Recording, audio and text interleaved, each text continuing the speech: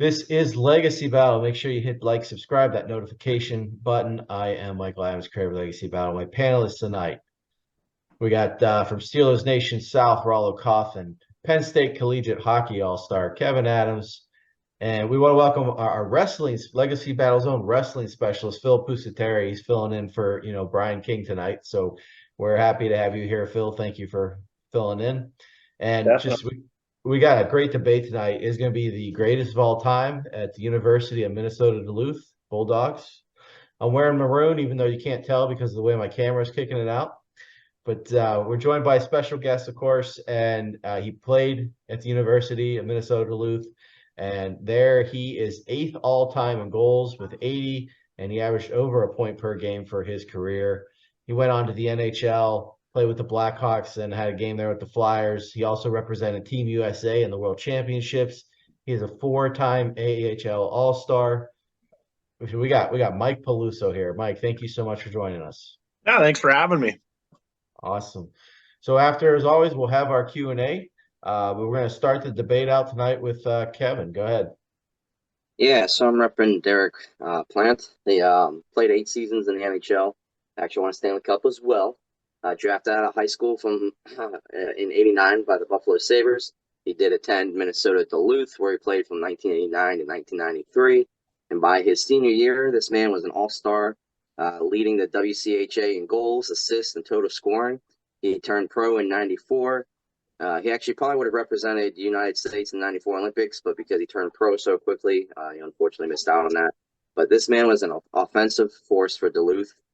His senior year, he racked up an NCAA leading 92 points, which is still the second highest single season total in team history, for a school record of 2.49 points per game average that season. That is pretty impressive. He captained Duluth in '92-'93, the WCHA regular season title, and a berth in the NCAA regionals. He was named the Hobie Baker Memorial Award finalist, first team All-American, the USA Hockey Male Athlete of the Year, WCHA Player of the Year.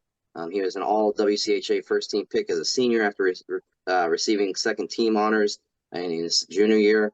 He ended his collegiate career with 219 points, 96 goals, and 123 assists in 138 games, which puts him in a tie for second place on Duluth's all-time scoring charts. He averaged 1.58 points per game in his collegiate career. During his final season, he led the Bulldogs in points for a third season in a row, landing him the Most Valuable Player Award for Minnesota Duluth for a third consecutive time.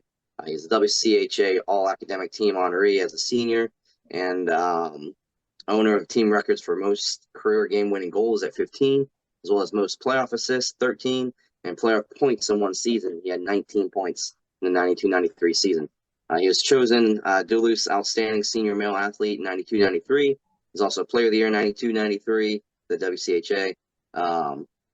He served as an assistant coach at Duluth from 2010 to 2015. Then he would leave, and then he would come back in 2020, continuing his legacy. He is currently the head coach of Duluth.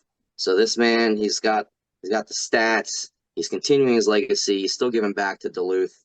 This man is the top player outside of Brett Hall for Minnesota Duluth. And Mike, before I come to you, I should point out, everyone, I did mean to mention we're not counting Brett Hall tonight, because if you count Brett Hall, it's not much of a debate, and we're only going back 40 years. So 1980. Well, actually, that'd be 50. No, yeah, 40 years. Okay, so 1980s on. So, Mike, with Derek, awesome to hear that he came back as the coach. I'm sure the school was very excited to get him. He has the stats. He has the hardware. Tell us about his game. Yeah, he was a great player. I actually got a chance to play with him on Team USA in the World Championships over in St. Petersburg, and spent a lot of time with Derek.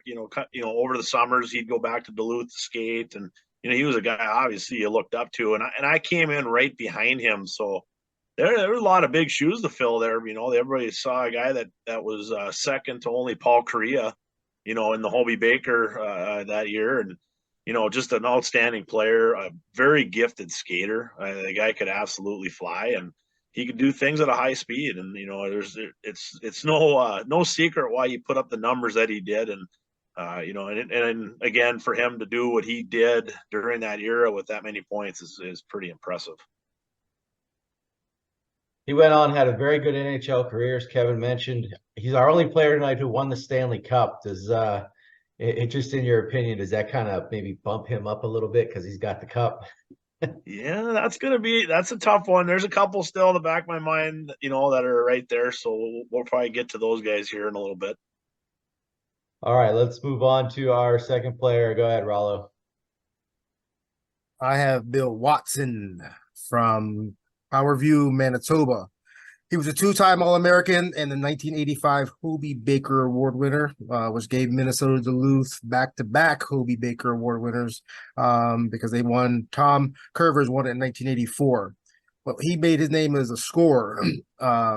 He was the first and only Minnesota Duluth player to crack the 100-point barrier by garnering 109 points, which still stands as one of the 12 best marks of all time in college hockey.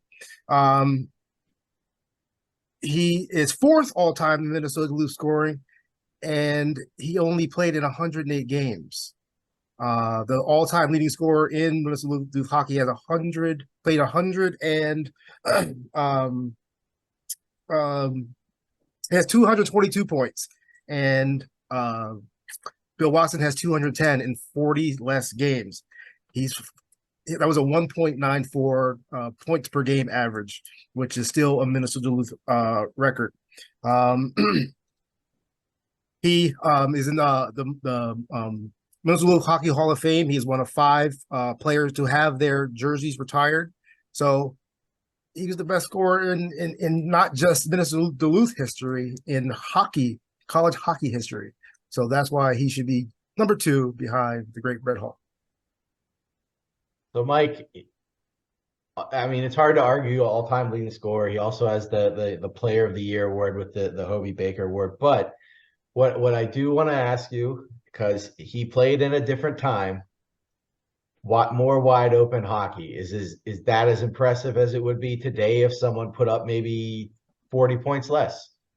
Yeah, that's the argument that I hear all the time. I always hear guys say, "Wow, the new players or the younger players that are playing today are so much better than the guys from before." But I'll argue that to the day I die. I mean, I still think Wayne Gretzky will be Wayne Gretzky in this era. It's just kids train and they have the technology. And again, you put all that training and technology into Wayne Gretzky's hands, he's still going to do what he did. So, Billy Watson was a special player. I mean, we used to watch, tape on him, when I was there as a player, to like, look what this guy did, and it's incredible. You can look at some of the players he got to play with. He played with some awfully good ones during his time there. So it's not surprising that he put up the numbers that he did. And, certainly he was a Hobey Baker winner, and he's also still around coaching up there. So Duluth's got a strong history of guys, and actually Duluth's got they're known as the Hobey Baker School. I mean, I think there's 5 or 6 of them right now, and that's incredible. In fact, I think it's the most in college hockey. 6, yep, they have 6. Yeah, so it's not so Billy Watson's right there, and like you said, it's he's one of the best in college hockey history, not just Duluth history. So yeah, he's going to be right up there in the all-time greats at UMD. And you mentioned he has some really good teammates with him. Do you have any idea why they weren't able to get over the hump back then and win the NCAA championships? Yeah, Duluth. It took Duluth some time just to try to establish themselves. I mean, obviously, they're always second fiddle to Minnesota Gophers. And I think with the recruiting, it just took time for certain players to start to show up at Duluth, and they were close. I mean, they obviously during the Brett Hall era, they lost to RPI, and that was a heartbreaker, and that stung that program for a long, long time. And it took a very long. I think when they won their first one, and I was one of the guys watching that game. I mean, it was almost like all the weight came off all of our shoulders of all players past, and certainly had some great teams. And my coach at Duluth at the time was Mike Sertich, who coached Billy Watson, and just some of the stories he told me, it was just always an uphill battle. And they had earned every inch that they, got. And, now the program's where it's at because of everybody that sacrificed before. So it's cool to see how many guys like Billy Watson that came to Duluth and all of a sudden made a name for themselves. Let's move on to Phil. Okay. I have the pleasure of talking a little bit about Jack Conley. I mean, Jack Conley, born in 1989. He's still currently playing in the Swedish Hockey League, okay, top tier league in Sweden for Luleå. 4-year starter for Minnesota Duluth. 2011, 2012 Hobey Baker winner. Here we go again with the Hobey Baker winners. 166 games. He finished his Duluth career with 197 points. Wasn't drafted, so he opted to go over and play in Sweden like his brother Mike. Has done really well over there. I mean, the fact that he's still playing now, that gives him, 10, 11 seasons already now in Sweden. And just, to be able to go over there and perform well and be on that roster today, is just, he's the only American on that roster. So, Mike, this goes exactly back to the question that I just asked you about Watson. Watson played in the wide open 80s. He's putting up tons of points. We got Jack here. His best season is 60 points, but that's in 2011-12. So, just the difference in the games is the difference in the points. But, what are your thoughts overall on Jack? And, I like what you said, that any player that has talent could probably contend in whatever era they're playing in. Yeah, I got to watch him actually quite a bit because I had a cousin playing on Duluth during his era, which his name was Marco Peluso. And, I used to watch Connolly play, and I was just absolutely amazed at some of the stuff he could do. They had a very good power play with him on that thing. And, you watch those, they could just make plays. And again, the game was especially during my era and a little bit before and then after, you had to earn every inch that you got in those games. It was a clutchy, grabby, a lot of lumber, a lot of, you get done with the games. I remember I'd get done, my arms would just be completely beat to crap. But yeah, for him to do what he did during that era was pretty darn impressive. And I'm always surprised when we hear that the best player in college hockey doesn't get drafted to the NHL. Any idea about that one? Yeah, it's the old saying now. The game's changed. They're not afraid to take chances on smaller guys now. That was unheard of back in my era, his era.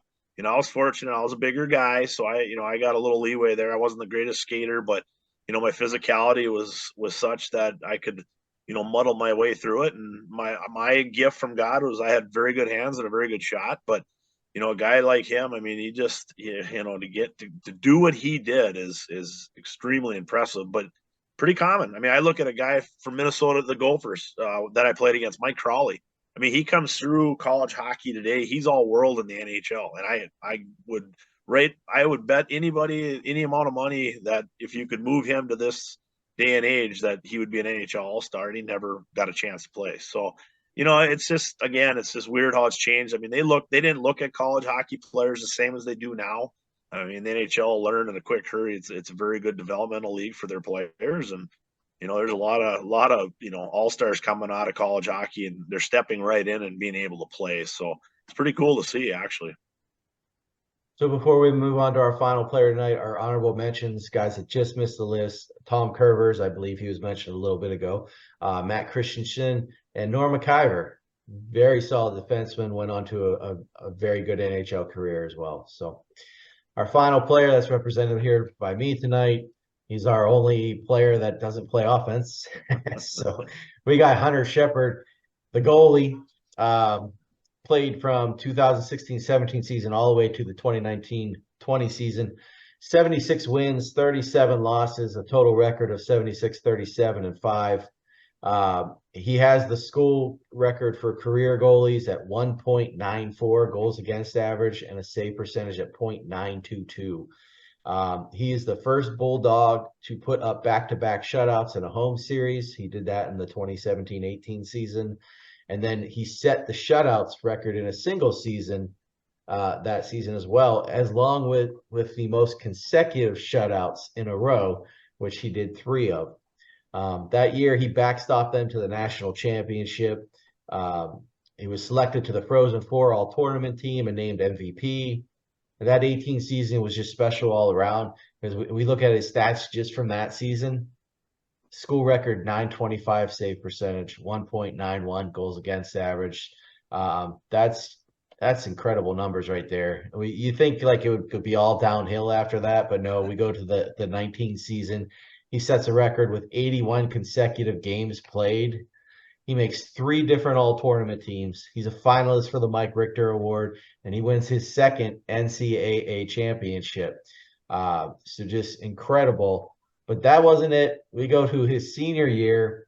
He sets the NCAA record for consecutive starts, and he wins the second goaltender of the year. Now, unfortunately, COVID ended that season, but I do believe they had a shot for a third straight title. We'll never know. COVID ruined everything. But he's now in the Capitals, Washington Capitals possession, and he led Hershey last year to the Calder Cup and was named MVP. So I believe he is literally like one step away from the NHL. I think we're going to see him this season. He's going to get some playing time somewhere. You don't lead a team to a Calder Cup and not get your shot, especially he's still pretty young. So your thoughts on Hunter? By far, he seems to be not just the best goalie in Minnesota Duluth the last 40 years, but all time from what I've seen. So what are your thoughts on Hunter? I'm glad you brought him into the mix because it's really a kind of a cool story, and I hate tooting my own horn, but I was invited back to Duluth for to be inducted into the Hall of Fame there, and we had a great weekend. They I don't remember who exactly they're playing, but Hunter Shepard played his junior hockey in my hometown of Bismarck, so I had a chance to watch Hunter play a lot, and my dad was the assistant coach in Bismarck at that time, so had a real close personal relationship with him. He's from the hometown that my dad grew up in as well, Coleraine, Minnesota. He did play in Grand Rapids, but that's all hearsay. But anyway, we were in the office having a few sodas after the game, and they figured they were losing a couple goalies that to the NHL that year, and they were asking me, you watched a lot of junior games back in Bismarck. I coached there as well, and I said, yeah. I go, I don't understand why you guys don't have a guy that's right up from the road from you guys. And they're like, well, who's that? I go, Hunter Shepard. And their exact comment was, wow, he's not very big. I said, well, yeah, but if he was 6'5", you wouldn't even have a shot at him. I said, he's a guy that I would take a crack at him. And Brett Larson, a guy that I played with, he was my captain my senior year as assistant coach. And he goes, do you think he's worth taking a shot at? I said, you come out and watch him. I said, I watch him every game. I said, the guy is unreal. I said, he's the single-handedly why that team wins day in and day out is because of him. So he come out. We had a couple bumps before the game. We went and watched him play, and the whole time Brett was like, you got to be kidding me. Like, this guy's all world. I said, no, I know. Again, he's not 6 foot, so that's why everybody's shying away from him. But I take a crack at him, and they did. And, we joke about it all the time to this day. I mean, the rest is history. I mean, without Hunter Shepard, they don't have 2 national titles. There's no doubt about it. Excellent. Well, let's move into our vote. Kevin, you're in my upper corner. Can't pick your own, guys. Who are you taking? Well, I was gonna go with Watson, but Shepard sounded pretty good there, Mike. I'll have to go with your goaltender. All right. Rollo. Well, the old saying, when we got a hot goalie, anything can happen. And so you ride that hot goalie for two straight Stanley Cups, NCAA chips, and then you almost are in contention for a third. You got to go with the goalie. All right. Phil. I think it's going to be a unanimous decision here. I think Hunter has this locked up. And I am very impressed with all 3 of your players. I mean, Watson's got the points, but he did it in the 80s. So that's just kind of like, a lot of people were scoring big time. Phil, your guy did it during a defensive era, in my opinion. And then Kevin, I mean, Plant, he was a great NHL player too. He was really good, and now he's the coach. So there's really no wrong answer here. I think I'll give it to Plant because they thought enough to bring him back to coach the team. So that means something to me. Mike, who you taking? Yeah, as much as I like all the other three, I got to go with Hunter just because of what he accomplished, and again, I feel like I had a little part in him ending up at Duluth, so I feel really good about that, and it was really cool to watch him do what he did, and then to get to watch him play in the AHL Calder Cup as well. A league that I played a lot of games in, and to see him win there. He got called up a few times last year, but I would hope to see him at least get a game between the pipes in the NHL this season, and I think that's going to happen. So a win for Hunter Shepard tonight and a win for me. Normally that means I get first question, but I will pass that on. How convenient you picked the guy that our guest was brought into Minnesota Duluth, Mike. I see how you did that. You might have had some inside knowledge in this deal. That's Who right. knows? Insider trading. What's up with this? I picked last. You all had a shot at it. So we'll go Kevin, Phil, Rollo, and then me. All right. So yeah, I saw you grew up basically in a hockey family. I mean, I believe it was your dad, your uncle, multiple cousins.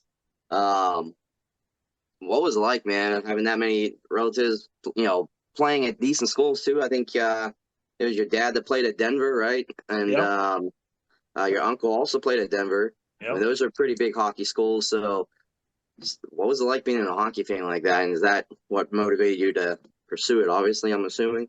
Yeah, it did. I mean, after my dad, graduated college, at Denver University, he wasn't real sure what he was going to do. He was supposed to stay on as a grad assistant and get his master's, but the athletic director had passed away that summer. So he ended up taking a rink managing job out in Bismarck, North Dakota, of all places. Definitely not a hockey hotbed. And, when I was 6 months old, and my mom is originally from Roseau, which is another hockey, town. So she understood the game. And, she flat out said, she goes, there's no way in heck my kid's going to end up playing hockey coming out of here. But I always felt like I had a lot to prove. Like it was one of those things where these guys, my cousin, Mike Peluso, same name, won a Stanley Cup. Marco played at Duluth. I mean, Chris played at Bemidji. I mean, the list, I mean, pretty much if you see a last name Peluso, we're related. So there's just not many of us playing hockey. But yeah, it was always, I was trying to prove myself. I was trying to make my mark in the family as a player. And, it's, whether or not I did that, I feel like I did, but, just being the second player in my family to play in the NHL and get that opportunity. So yeah, it was interesting growing up. Go ahead, Phil. Mike, I mean, you led the league in penalty minutes 91-92. Okay. I mean, all of us being Pittsburgh fans, we're wondering how much of that was against Yager, how much was against Lemieux. But I mean, you obviously, got yourself into the sin bin quite a bit. Well, I did not. So here's where this is where we get confused. That's actually my cousin Mike. Funny story on this, but that's okay. A funny story on this is my rookie season when I finally signed my first pro contract. I'll never forget it. My first game, I had people absolutely screaming at me to retire. And I'm like, I haven't even played a game yet. We got to get this thing sorted out. So yeah, don't feel bad. This is a common theme. My family wasn't real creative with names. We got a lot of Mikes and Jims and that. Oh. It's all good, but yeah, nothing wrong growing with Mike. up, growing up, I mean, he was my idol. I mean, really, I mean, my cousin was somebody I watched, and I always said, gosh, if I could just get a chance to play like him. So it's funny how we ended up in a lot of the same organizations over the years, and that's another reason why we get confused. And I still think VH1 owes me a lot of money because they thought I was the one that was dating Alanis Morissette, and that was my cousin as well. So. Yeah, we got to get this. We got to get this straightened out. No, it's all good. It's all good. Go ahead, Rollo. So, Mike, you coached your alma mater hockey team to a state title, but two times before you were runner up. What was it like finally getting over that hump, and how rewarding was it to celebrate with your kids? That's awesome that you asked that. I'll give you a quick little history. When I played high school hockey there, my dad was the coach. And again, we weren't a hockey program. In Grand Forks in North Dakota is kind of where it's at for hockey. And Western North Dakota was, in its infancy stages of hockey out there. And we had a very talented bunch of guys that I grew up with. I think we all chased each other. We all made each other better. It turned out my high school team had 5 guys that ended up playing Division I hockey, which in North Dakota at that time was completely unheard of. But I lost my junior year 8-7 in the state title game, so that stung. That was a battle. It was the first time a West team ever made the state tournaments or state championship game, and I was playing in it. So yeah, all this time passes. I took the job as the coach very reluctantly. I did it more as a favor. The coach had stepped down, and it was like last second type deal where I had to come in. And you're right. We made 2 runs my first 2 years to the title game, and we lost those games. And I started thinking it was me. I'm like, geez, it might be me that's the jinx here. But in 2014, I had a group of guys that really bought into the whole program. It felt very, very much like what we're seeing out in Colorado with Deion Sanders. I mean, I just had guys, I could sell them anything, they would buy it. And these guys would go to the end of the earth to do whatever I told them. And they work harder than any group I ever had. And yes, when they won it, that was honestly, out of all the stuff that I got to do in my hockey career, it was definitely the highlight of my entire hockey life, was winning the state title in 2014. So during your time in Chicago, you played for one of the most famous hockey families there are, the Sutters, Brian Sutter. So Yep.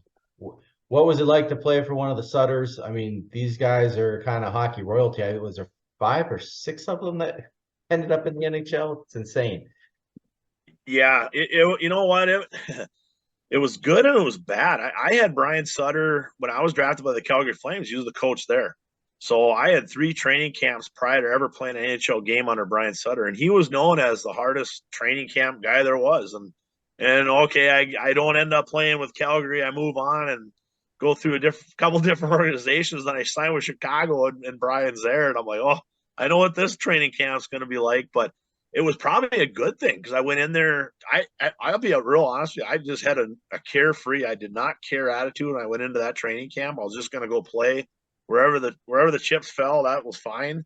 And I did. I made the team out of training camp there. And I know why, because I was very much a Brian Sutter type player. I mean, I was hard nosed. Let's grind it out. I'll work my butt off. I'll block shots. I'll do whatever it takes, to get a crack. And I think he saw that in Calgary as well. It's just, we were having troubles back then with the Canadian dollar, and it was a mess. It just wasn't going to work for an American guy to go play there at that time for what they were trying to offer me. So it was what it was, but I loved him. I just loved the hard, work mentality. It was kind of like my childhood growing up with my dad. And we had some good chats in the sauna. He's a cattle guy, and Bismarck had a big livestock exchange, and he's like, I come through there all the time. And I said, well, I know exactly where you're at. And so it was pretty cool. We had a little bit in common that way. One more each, guys, same order. Good, Kev. So correct me if I'm wrong, but I'm pretty sure I read you had 99 points in 23 games in a high school season. Yeah. That had to have gotten some big schools looking at you. So just tell me about that season. We got the 99 points, 23. That's insane. That's what, 3, 4. That's like 4 points a game. So tell me about that season and what schools were going after you and how'd you end up at Duluth? Yeah, I got ripped off of points. I should have had 100. I'm just kidding. It was a magical season, honestly. And everybody always asks me, how did you score 99 points in 23 games? And my honest God answer is I had a line mate that scored 98. It was just, I had a guy that we could play so well together. And yeah, it did. It got the ball rolling. I had no intentions of leaving high school early like I ended up doing. It was my dad that basically told me, you're not playing for me anymore. You need to leave. And I'm like, no, I'm coming back home. I want to hunt. I want to fish. I want to play my senior year. He's like, no, you ain't playing for me. You can sit the bench for all I care. He says, you need to leave. So that was kind of where it ended up, where I went to Omaha as a junior. or after my junior year, and I played 2 seasons down there. But yeah, I did. I had a lot of schools at that point. Yeah, you put 99 points. I don't care where you're playing, or people are going to wonder how's that happening. And so yeah, I went and played down in Omaha for 2 years in the USHL, and could have left. After my first year, I didn't think I was mature enough yet. I wasn't ready. And I'm glad I stayed. I think it really, helped my game in the long run. I think it was the reason why I was able to do what I did when I got to college. But yeah, I almost left to go play for Denver University after my first year, because they were on me from the get-go. North Dakota was too. If I don't put them in the mix on that, I'd get in trouble. But I still get in trouble for not playing at North Dakota, especially being from Bismarck. But there's a backstory to that as well. Go ahead, Phil. Okay. Outside of Brett Hall, who would you say probably had the best NHL career that's a Minnesota Duluth grad? Oh, a very unspoken person that you don't hear about that often. And you guys will know the name because you guys are Pittsburgh guys. But Sean Podine played for the Philadelphia Flyers. Kind of a guy, a very unsung guy, going through Duluth. Really an awesome story.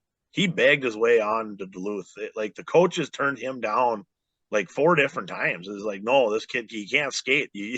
They finally they let him basically walk on, and they just told him, you got a lot of work to do to ever get a game. And for him to do what he did and then move on and play in the NHL and play as long as he did, that's a pretty tough one to deny right there. Kevin and I, we know Sean Podine pretty well. He's been on the show. And Oh, awesome. so, Yeah, he's a great guy too. Yeah. Go ahead, Rollo. Mike, you scored a goal in your first NHL game, correct? I did. Do you remember? Tell us a little bit about that goal and like who was on your shift. Who was the assist guy? Tell us a little bit about that first NHL goal and what it meant to you. Yeah, I that was an interesting night. I had gotten called up the week before to play, and we were actually in Nashville when I played my first game. But I had gotten called up the week before, and we were in Nashville, and it was a game time decision. I didn't get to play, whatever. Went back down to the minors. Literally down there 2 days, got called back up. Warmed up this time. I'm in Nashville. Pretty excited. I don't know. I was still waiting to get yanked, but all of a sudden, warm-ups got over, and I'm still there, and I'm like, holy crap, this is going to happen. So, sitting on the bench, I'll never forget it. Ryan Vandenbush, who's a tough guy in the AHL. I'd played some minor league hockey with him. He came up to me. He goes, "Dude, you're going to score." Like, I was watching in warm-ups, you're going to score. And I'm like, I hope so. It'd be kind of cool. And I'm basically just sitting on the bench waiting for my bump on the back. And finally, I got the nod to go, and I hopped the boards, and I'll never forget. I kind of swung down into the zone, and the puck squirted out to the top of the circle, and some reason I pulled it to my backhand, which I normally would never do, and I shot a backhand, went off the post, and went in. And I'm thinking, well, this is going to be easy. I mean, I was out there for 10 seconds, and the puck squirted out to me, and I throw a backhand up on net, and I scored my first goal against Mike Dunham, and I'll never forget it. I mean, that was obviously a dream come true. I always said if I could don the NHL sweater just one time, hey, you know what? You can always say you made it. And I was fortunate enough to get to wear it a few more times than one. So I was happy. I would have done whatever it would have taken to just stay there forever. I'd have picked up pucks, filled water bottles. I wouldn't have cared, but it's a business. And that was the tough part about it. As you move further into your career, you started to learn that more and more. And it started to take a little bit of the excitement out of the sport. And, I started my NHL career in a lockout year, and I ended in a lockout year, which is unfortunate. So it's just part of the business. I wish I'd have been coming through college hockey today.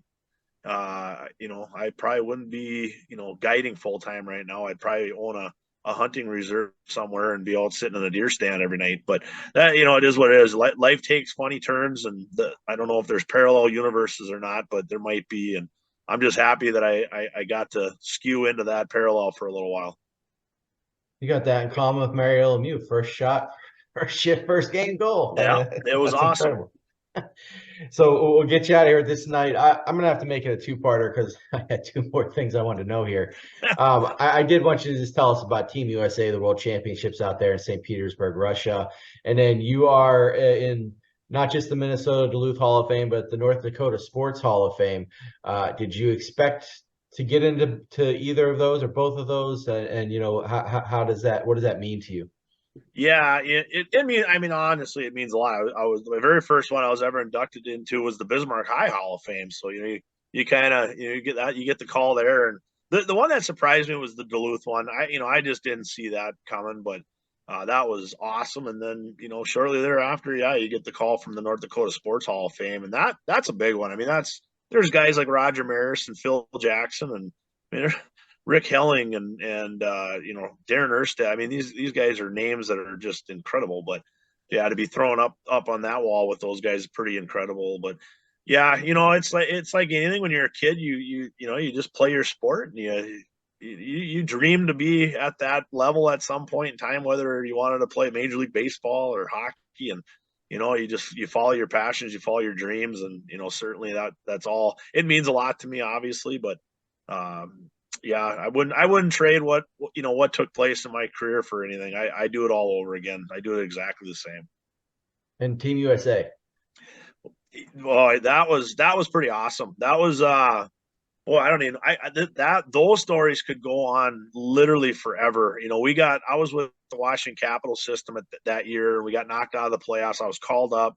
I was actually supposed to play that next game. That was the night where Jaromir Jagr actually scored the clincher to send the Capitals home that night. But just kind of a weird scenario how that all went down. And I'll be honest with you, I didn't expect to get the phone call to go play for Team USA, and I did. And I flew over there. Again, you just get the nod. You jump a plane and you're flying across seas. And the worst thing that could ever happened to me. I got to St. Petersburg, Russia, and my hockey gear was nowhere to be found. So we're practicing, or the team's practicing, and I'm not in the rotation. Like, I'm out. I'm sitting on the bench in my street clothes watching these guys practice. And finally my bag showed up about an hour before our first game. And, I'm scrambling to get my stuff on. I get out there and I'm not on a line. It was like, okay, this is going to be interesting. So I'm basically just riding the pine. And that was the year where Brian Giunta had won the Hobie Baker that year. So he was fresh out of college, wasn't quite what he ended up being. I mean, the guy ended up being an unbelievable hockey player in the NHL, but he was still a little green. And I'll never forget it. I could overhear Jason Blake out in the hallway, and Dean Blaze, who coached North Dakota, and Jason Blake was one of our coaches. Lou Vero was our head coach, and Mark Johnson was our other assistant. And I could hear Blake out there just screaming to put me on his line. And I'm sitting there going, holy cow, okay, whatever. And sooner or later, I was on his line, and the rest is history. Him and I played, and we had Derek Plant as well. We played unbelievable. I think I ended up second scoring on that team. We beat Russia in Russia, which is probably the second biggest game in USA hockey history behind the 80 Olympics. And I am not lying to you. We had no chance. We were never supposed to win that game. We got escorted off the arena. We were getting pelted with everything that wasn't strapped down in that arena when they were trying to play the U.S. national anthem after the game. Because you play that, the winners get their national anthem played, and here we are against 20,000 screaming, Russians, and they were not happy. And we beat them 3-2. Jason Blake had 2. I had a couple assists for the win, and that was probably, besides winning in 2014 as a coach in high school, that was probably my second most exciting tournament thing to be a part of. It was absolutely incredible. Honor your country and play for the red, white, and blue, and there's a lot of pride. People don't realize how big the world championship hockey is. The equivalent, with all the viewership, it triples like Super Bowls. It's insane because the whole world's paying attention to it. I mean, hockey is so big overseas. I don't think people quite understand that until you go over there and you're like, wow, okay, this is almost like life over here. So it was pretty fun. Well, thank you, Mike, so much for joining us tonight. We appreciate your time. Absolutely. Thanks for having me on. It's always fun to kind of reminisce and talk about my previous life. I'll remind everybody, make sure you hit that like, subscribe, and notification button. And thank everyone for watching. We'll see y'all next time. Have a great night.